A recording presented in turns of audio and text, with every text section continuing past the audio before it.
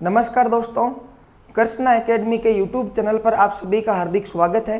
देखिएगा, आज हम टॉपिक पढ़ेंगे राजस्थान की स्थापत्य कला से संबंधित। देखिएगा, सबसे पहले आपको ये पता होना चाहिए कि जो स्थापत्य कला है, राजस्थान की स्थापत्य कला है, उसके अंतर्गत कौन कौन से टॉपिक आते हैं। दोस्तों, स्थापत्य कला का मतलब यह है कि जो भी पुरानी ऐतिहासिक इमारतें हैं, जैसे कि छतरियाँ, राजस्थान के महल, राजस्थान के दुर्ग और राजस्थान के मंदिर। ध्यान रखिएगा दोस्तों, स्थापत्य कला के अंतर्गत ये 4 टॉपिक अपने को पढ़ने हैं। पहला टॉपिक राजस्थान की छतरियाँ, दूसरा राजस्थान के महल, तीसरा राजस्थान के प्रमुख दुर्ग और चौथा मंदिर स्थापत्य कला। ये दोस्तों स्थापत्य कला के अंतर्गत आते हैं। और आज जो अपन जिस टॉपिक के बारे में डिस्कस करने वाले हैं वह है दोस्तों राजस्थान की छतरियाँ। कि राजस्थान की छतरियाँ कौन सी छतरी कहाँ स्थित है और उनसे संबंधित आपके एग्जाम में क्या क्या प्रश्न आने वाले हैं, उनके बारे में अपन डिस्कस करेंगे। देखिएगा, राजस्थान की छतरियाँ,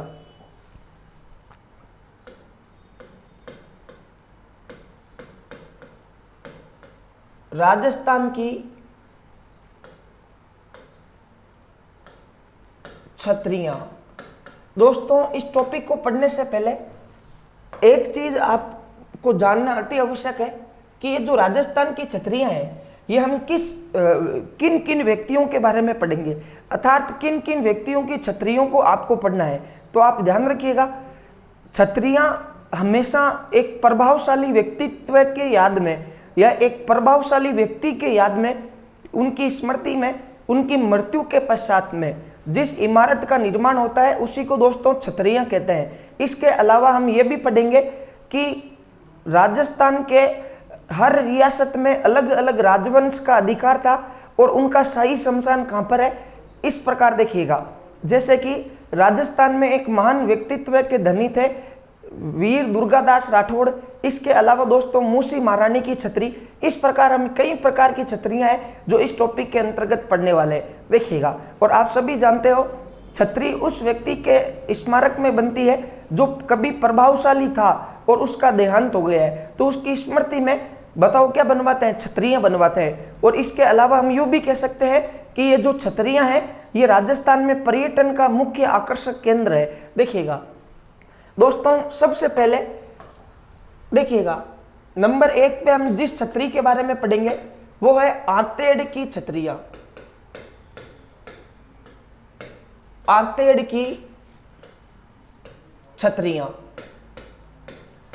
अब देखिएगा, छतरियों में से प्रश्न क्या बन सकते हैं आपके एग्जाम में। सबसे पहले ये देखिएगा, या एग्जाम के अकॉर्डिंग ही अपने को पढ़ते हुए चलना है दोस्तों। यहां से प्रश्न ये बन सकता है, आपको किसी छतरी का नाम मिले और ऐसा पूछ लिया जाए कि ये छतरी कहाँ स्थित है। इसके अलावा कुछ छतरियाँ हैं जिनके बारे में आपको उनके निर्माणकर्ताओं के बारे में भी ध्यान रखना है, और कुछ छतरियाँ ऐसी है जिनकी कुछ अलग विशेषताएं हैं, जैसे कि उस छतरी में कितने खंभे हैं या उसकी दीवारों पर किसके चित्र चित्रित है। इस प्रकार दोस्तों ये सारी चीज़ें अपने को एग्जाम की दृष्टि से पढ़नी है, और इस टॉपिक के बाद में आपको प्रश्नोत्तरी मिलेगी, वहां से आपको ये समझ में आ जाएगा कि छतरियों में से क्या क्या पढ़ना है एग्जाम की दृष्टि से। देखिएगा, सबसे पहले बताओ कौन सी छतरी के बारे में पढ़ेंगे, आंतेड़ की छतरियां। देखिएगा, आंतेड़ की छतरी राजस्थान में कहाँ स्थित है। तो दोस्तों आंतेड़ की छतरी राजस्थान का हृदय कहलाने वाला अजमेर में स्थित है। बताओ आंतेड़ की छतरियां कहाँ स्थित है, अजमेर में स्थित है। दोस्तों इसको हम इस प्रकार भी याद कर सकते हैं। देखिएगा, आंतेड़ में एक शब्द आ रहा है ए, और अजमेर में भी एक शब्द आ रहा है, बताओ क्या आ रहा है, ए आ रहा है। या आप इसको इस प्रकार भी याद कर सकते हो। देखिएगा, जो आंतड़े होते हैं, आंतड़े कहाँ होते हैं, व्यक्ति के पेट में, ठीक है, और वो एक तरीके से शरीर का क्या है, केंद्रीय स्थिति है, और राजस्थान की केंद्रीय स्थिति कहाँ है, अजमेर में। तो इस प्रकार भी आप याद कर सकते हो कि आंतेड़ की छतरियां बताओ कहाँ स्थित है, अजमेर में स्थित है। अब देखिएगा, इन छतरियों से संबंधित एग्जाम में इसके अलावा क्या प्रश्न आ सकता है। दोस्तों अजमेर में जो ये छतरियां स्थित है, सबसे पहले आपको ये पता होना चाहिए कि ये जैन धर्म से संबंधित है। देखिएगा, भारतीय इतिहास में ईसा पूर्व की 6वीं शताब्दी में 2 धर्मों का उदय हुआ था, एक था जैन धर्म और दूसरा था बौद्ध धर्म। दोस्तों लेकिन ये जो जैन धर्म था ये आगे जाकर हम सभी जानते हैं 2 भागों में विभाजित हो गया था। बताओ जैन धर्म कितने भागों में विभाजित हो गया था? 2 भागों में। महावीर स्वामी की मृत्यु के कुछ वर्षों पश्चात देखिएगा, महावीर स्वामी के ही अनुयायी थे।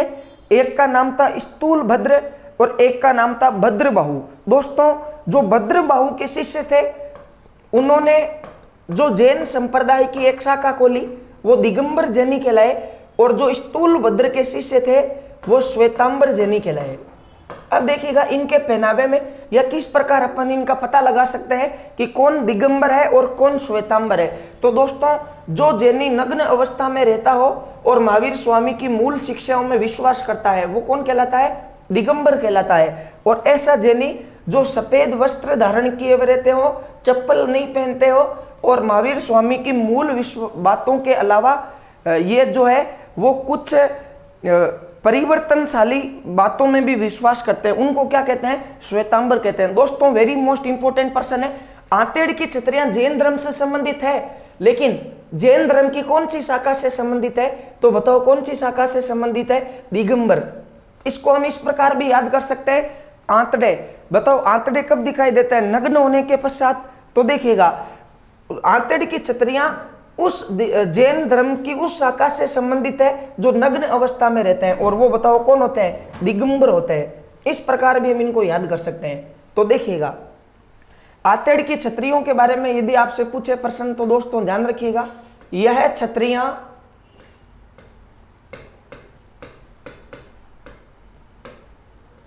जैन धर्म की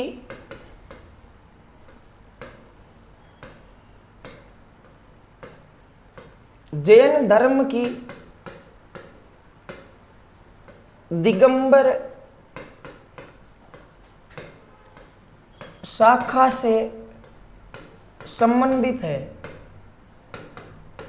ये क्षत्रियां जैन धर्म की दिगंबर शाखा से संबंधित है।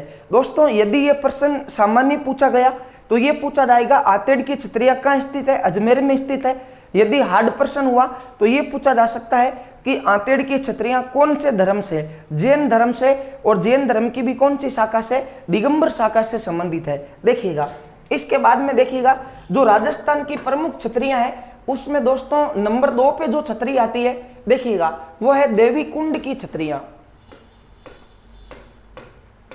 देवी कुंड की क्षत्रियां देखिएगा, देवी कुंड की क्षत्रियां। सबसे पहले आपको यह पता होना चाहिए कि देवी कुंड की क्षत्रियां राजस्थान में स्थित कहां है।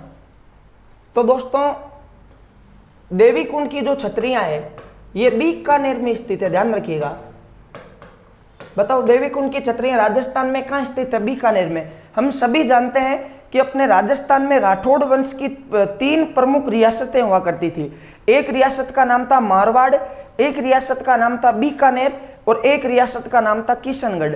दोस्तों ये 3 रियासतें राठौड़ वंश की हुआ करती थी, और जो बीकानेर के राठौड़ वंश के राजाओं का जो शाही शमशान है, या फिर हम यूं भी कह सकते हैं कि जब बीकानेर के राठौड़ वंश के राजाओं का देहांत होता था तो उनका अंतिम संस्कार जिस स्थान पर किया जाता था वही क्षत्रियां आगे जाकर बताओ क्या कहलाई? देवी कुंड की क्षत्रियां कहलाई। इसके अलावा हम यूं भी कह सकते हैं कि देवी कुंड की क्षत्रियां किस प्रकार की है? देखिएगा ये एक क्षत्रिय है, और बताओ इस क्षत्रिय का नाम क्या है? देवी कुंड की क्षत्रियां। अभी हमने इसके बारे में पढ़ा था, हम यूं कह सकते हैं। तो दोस्तों देखिएगा इसको आप ध्यान से देखिएगा, ये कुछ क्षत्रियां हैं जो बीकानेर के राठौड़ वंश के राजाओं से संबंधित है। देखिएगा, और उससे भी महत्वपूर्ण प्रश्न क्या है कि ये जो क्षत्रियां हैं ये दोस्तों एक तालाब के किनारे स्थित है। देवी कुंड की क्षत्रियां देखिएगा, ये दोस्तों इस तालाब का नाम है कल्याण सागर तालाब। बताओ तालाब का नाम क्या है? कल्याण सागर तालाब।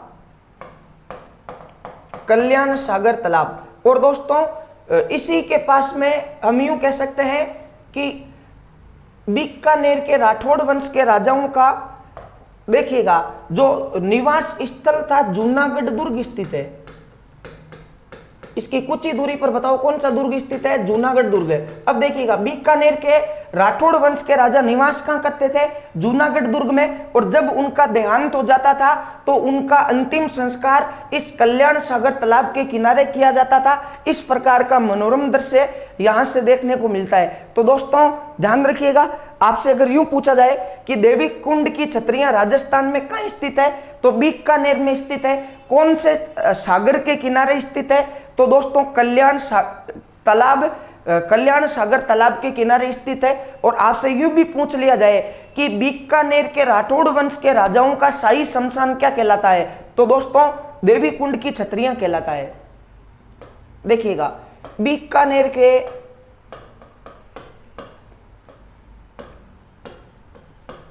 राठौड़ वंश के राजाओं का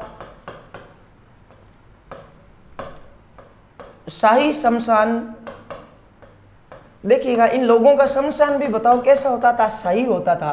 और कुछ लोगों को रहने के लिए भी जगह नसीब नहीं होती है, लेकिन बताओ इनका शमशान भी क्या होता था, शाही शमशान होता था। शाही शमशान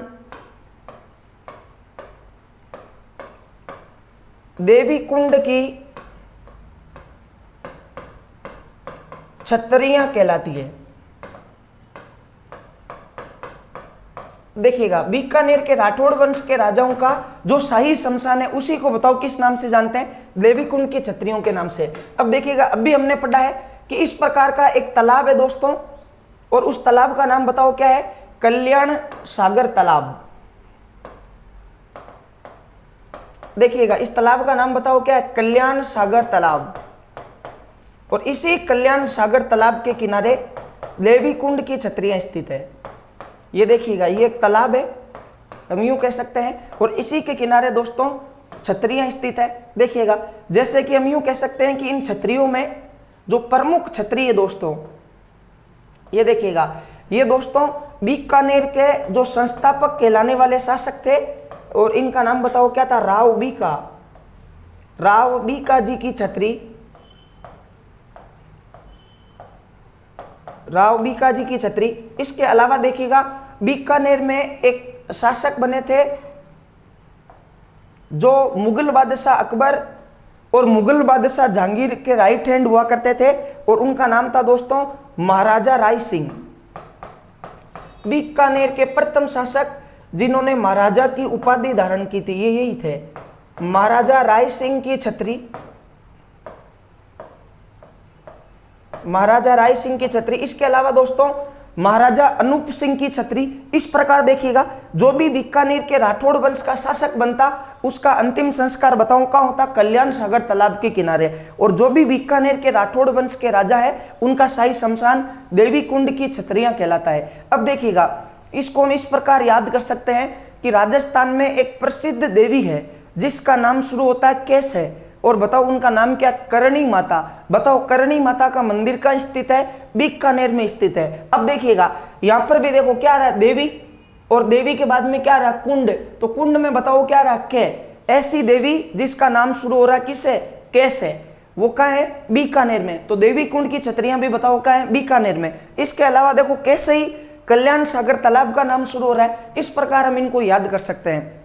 जैसे कि आंतड़े शरीर के केंद्र बिंदु में होते हैं, और राजस्थान के केंद्र बिंदु में आंतड़ की छतरियां स्थित है। दोस्तों ये आप इसका स्क्रीनशॉट लीजिएगा।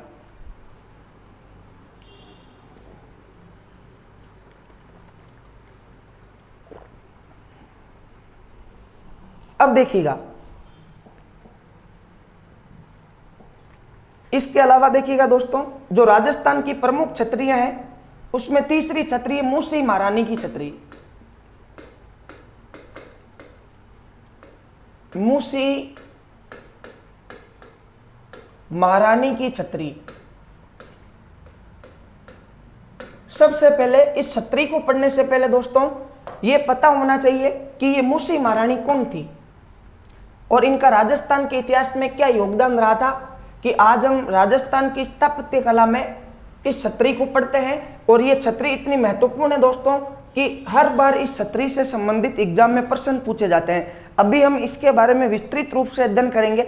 सबसे पहले आप ये देखिएगा कि मूसी महारानी थी कौन। तो देखिएगा, अलवर राजस्थान की एक प्रमुख रियासत थी और अलवर रियासत के शासक थे बख्तावर सिंह। बताओ, राजस्थान की प्रमुख रियासतों में से एक रियासत हुआ करती थी और उसका नाम बताओ क्या था? अलवर। दोस्तों, अलवर रियासत पर नरूका वंश का राज था और अलवर रियासत के एक शासक बने थे जिनका नाम था बख्तावर सिंह। बख्तावर सिंह, या इन्हीं को बख्ता राव भी कहा जाता था। और इन बख्ता राव सिंह की एक पासवान थी और उस पासवान का नाम बताओ क्या था?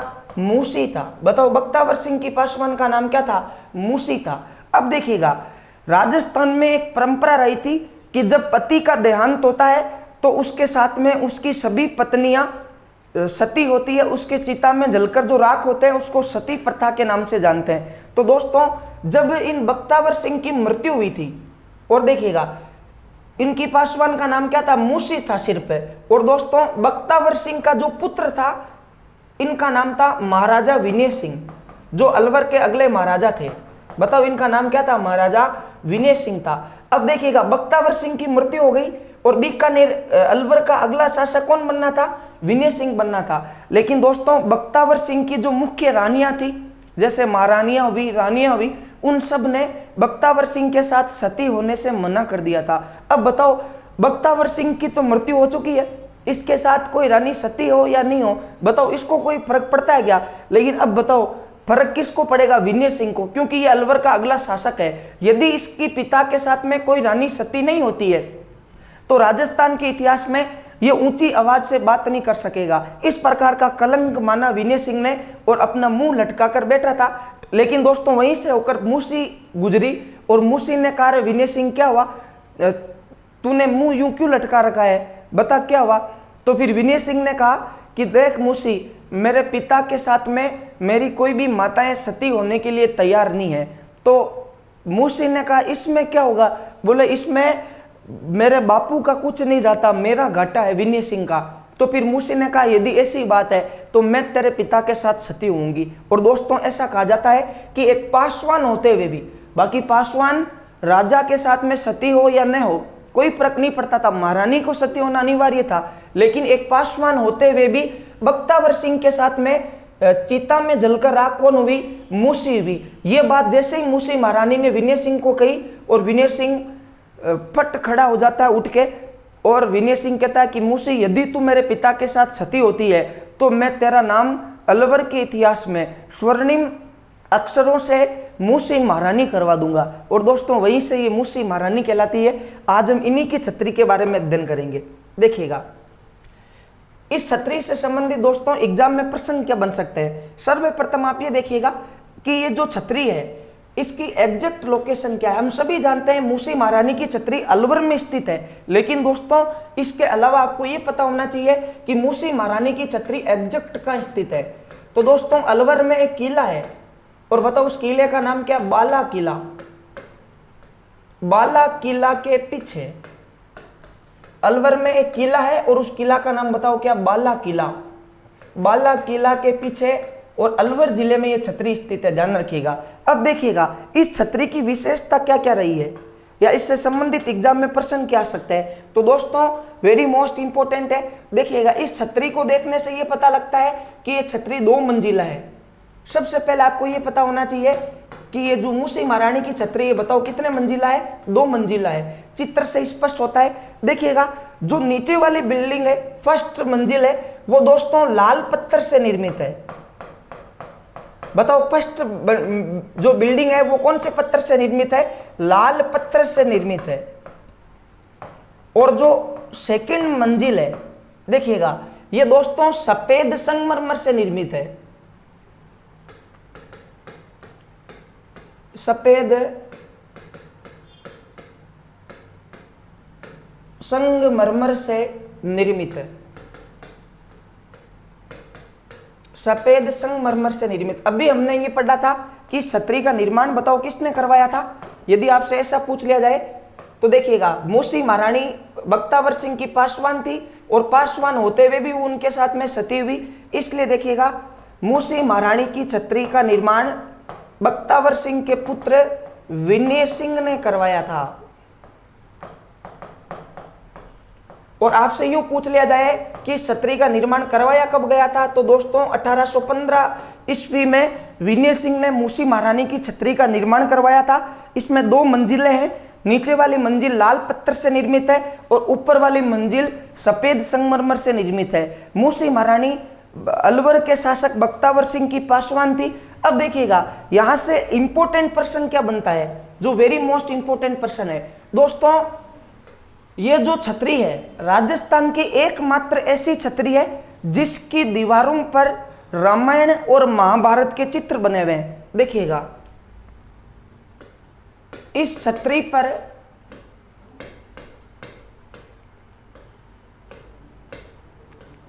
रामायण व महाभारत के चित्र चित्रित है। रामायण व महाभारत के बताओ क्या चित्रित है, चित्र चित्रित है। देखिएगा यदि इस प्रकार का एग्जाम में प्रश्न पूछा जाए कि राजस्थान की उस छतरी का नाम बताओ जिसके ऊपर रामायण और महाभारत के चित्र चित्रित है, तो दोस्तों मूसी महारानी की छतरी है। अब यहां से एक अच्छा प्रश्न यह भी बनता है कि राजस्थान के उस मंदिर का नाम बताओ जिस मंदिर की दीवारों पर रामायण और महाभारत लिखी हुई है। दोस्तों वेरी मोस्ट इंपोर्टेंट पर्सन है, वो हम राजस्थान की मंदिर स्थापत्य कला के अंतर्गत भी पढ़ेंगे। इसके अलावा आप यूं भी कह सकते हो, देखिएगा राजस्थान में एक मंदिर है दोस्तों और इस मंदिर का नाम है सास बहू का मंदिर। बताओ मंदिर का नाम क्या है, सास बहू का मंदिर, सास बहू का मंदिर, या इसको सहस्त्र बहू का मंदिर भी कहते हैं। और दोस्तों सास बहू का मंदिर राजस्थान में कहाँ स्थित है, नागदा। और नागदा बताओ कहाँ पड़ता है, उदयपुर में पड़ता है। जो मेवाड़ रियासत की प्रथम राजधानी हुआ करती थी नागदा, उदयपुर। यहाँ से आप एक चीज और ध्यान रख सकते हो, राजस्थान का एकमात्र ऐसा शहर जिसकी सड़कें सफेद है, बताओ कौन सा शहर है, नागदा शहर है। देखिएगा यहाँ पर सास बहू का मंदिर है और दोस्तों इस सास बहू के मंदिर की दीवारों पर रामायण और महाभारत लिखी हुई है। बताओ इस मंदिर की दीवारों पर क्या लिखी हुई है, रामायण और महाभारत लिखी हुई है। दोस्तों अंतर है। देखिएगा यदि आपसे यूं पूछा जाए कि रामायण और महाभारत के चित्र कहाँ चित्रित है, तो मूसी महारानी की छतरी पर है। यदि यूं पूछा जाए कि राजस्थान के कौन से मंदिर पर रामायण और महाभारत लिखी हुई है, तो दोस्तों वो सास और बहू का मंदिर है। देखिएगा इस मंदिर की दीवारों पर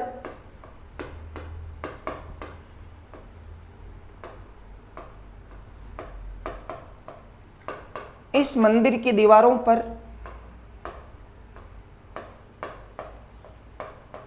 रामायण व महाभारत लिखी है।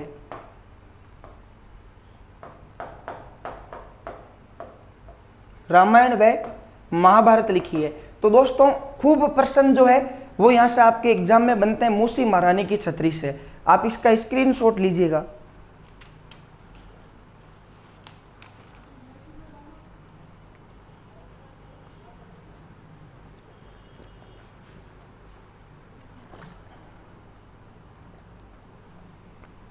इसके बाद देखिएगा दोस्तों जो राजस्थान की प्रमुख छतरियां हैं उसमें नंबर 4 पर हम यूं कह सकते हैं कि एक छतरी है दोस्तों, और उस छतरी को 84 खंभों की छतरियों के नाम से उस छतरी को जाना जाता है, क्योंकि उस छतरी में खंभों की संख्या बताओ कितनी है, 84 है। या इसके अलावा हम यूं भी कह सकते हैं कि वो छतरी कहाँ स्थित है या उसका क्या नाम है, तो दोस्तों 84 खंभों की छतरी।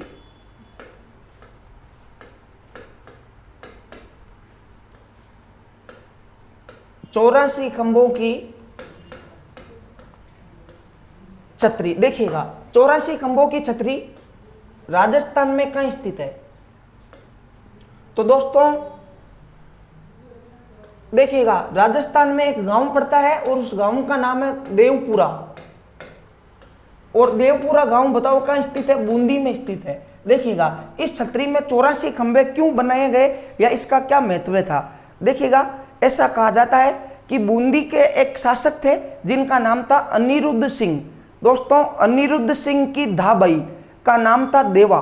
देखिएगा, अनिरुद्ध सिंह की धाबाई का नाम क्या था? देवा था। और ऐसा कहा जाता है, सबसे पहले आपको ये पता होना चाहिए धाबाई का मतलब क्या होता है। दोस्तों, राजस्थान के इतिहास में धाबाइयों का या धाई माता का हमेशा महत्वपूर्ण स्थान रहा है। और जो धाबाई होती थी वो अधिकतर दोस्तों गुज्जर जाति की होती थी, जैसे पन्ना धाई।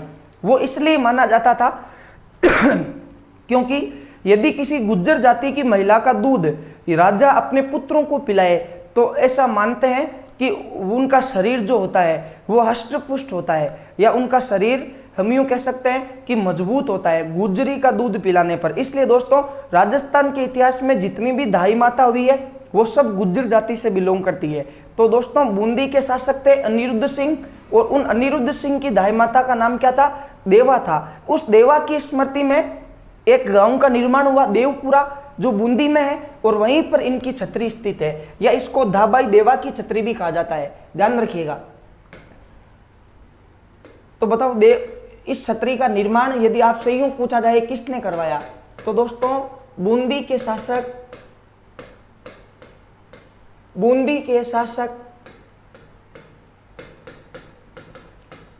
अनिरुद्ध सिंह हाड़ा ने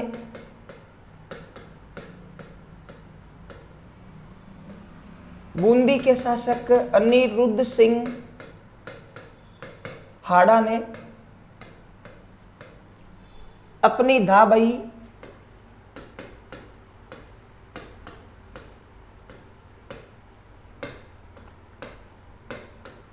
देवा की स्मृति में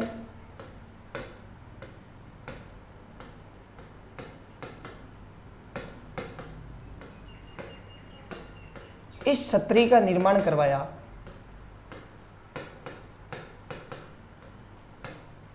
इस छतरी का निर्माण करवाया। या आपसे यूं भी पूछा जा सकता है कि धाबाई की छतरी कहाँ स्थित है, तो दोस्तों वो भी देवपुरा बूंदी में है, और इसमें 84 खंभे होने के कारण इसको क्या कहते हैं? 84 खंभों की छतरी। देखिएगा, छतरी का निर्माण करवाया किसने? अनिरुद्ध सिंह हाड़ा ने, जो बूंदी के शासक थे, और उनकी धाबाई का नाम बताओ क्या था? देवा था। इसके अलावा दोस्तों, आपसे ये भी पूछा जा सकता है कि इस छतरी का निर्माण करवाया कब गया था, तो ध्यान रखिएगा 1683 ईस्वी में इस छतरी का निर्माण करवाया गया था। और दोस्तों, ये जो छतरी है, देखिएगा, इसमें 3 मंजिलें हैं। जैसा कि हमने अभी पढ़ा था मूसी महारानी की छतरी में, उसमें 2 मंजिलें थी, ये 3 मंजिला छतरी है। 3 मंजिला छतरी है। देखिएगा, 84 खंभों की छतरी जो देवपुरा बूंदी में स्थित है, आप इसका स्क्रीनशॉट लीजिएगा। इसके अलावा हम यूं कह सकते हैं कि जो राजस्थान की प्रमुख छतरियां हैं, उसमें दोस्तों नंबर 5 पे आती केसर बाग की छतरियां। केसर बाग की छतरियां। अब देखिएगा, ये बहुवचन है, इसका मतलब यहां पर खूब सारी छतरियां स्थित है। देखिएगा, केसर बाग की छतरियां राजस्थान में कहां स्थित है, तो दोस्तों केसर बाग की छतरियां बूंदी में स्थित है। बताओ, केसर बाग की छतरियां कहां स्थित है? बूंदी में। जैसा कि हम अभी पढ़ रहे थे कि बीकानेर के राठौड़ वंश के राजाओं का शाही शमशान देवी कुंड की छतरियां कहलाता है, उसी प्रकार दोस्तों बूंदी के हाड़ा वंश के राजाओं का शाही शमशान देवी कुंड की या केसर बाग की छतरियां कहलाता है। देखिएगा, बूंदी के हाड़ा वंश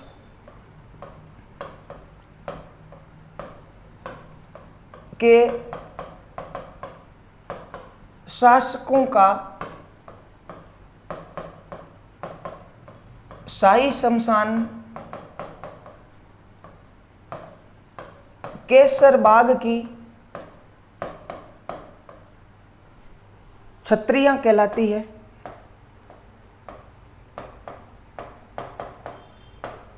अब देखिएगा, इसको याद किस प्रकार करना है। देखो, केसर, इसमें एक शब्द आ रहा है केसर।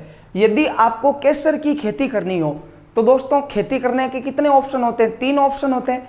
एक होता है बूंद बूंद सिंचाई, एक होता है फव्वारा पद्धति से सिंचाई, और एक होता है कुओं या धोरों से सिंचाई। तो दोस्तों, धोरों जितना पानी राजस्थान में रहा नहीं है, अब देखिएगा केसर की खेती कर रहे हैं तो फव्वारा से भी सिंचाई नहीं कर सकते हो, क्योंकि केसर खिल जाता है।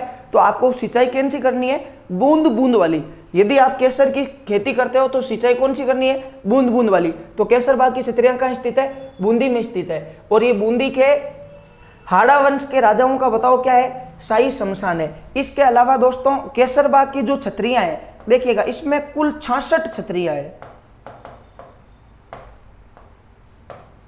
इसमें कुल 66 छतरियां हैं। अब देखिएगा ये जो छतरियां दोस्तों, यहां से आपको दो चीजें और ध्यान रखनी है कि जो केसर बाग की छतरियां हैं उसमें सबसे पुरानी छतरी किसकी है और सबसे नई छतरी किसकी है। तो दोस्तों बूंदी के एक शासक थे जिनका नाम था महाराव दूदा। महाराव दूदा की छतरी इन छतरियों में सबसे पुरानी है। और बूंदी के एक शासक थे महाराव विष्णु सिंह, जिन्होंने अंग्रेजों के साथ में अधीनस्थ संधि की थी, उनकी छतरी सबसे नई है। तो दोस्तों इस प्रकार आप इसको याद कर सकते हो, केसर बाग की छतरियां।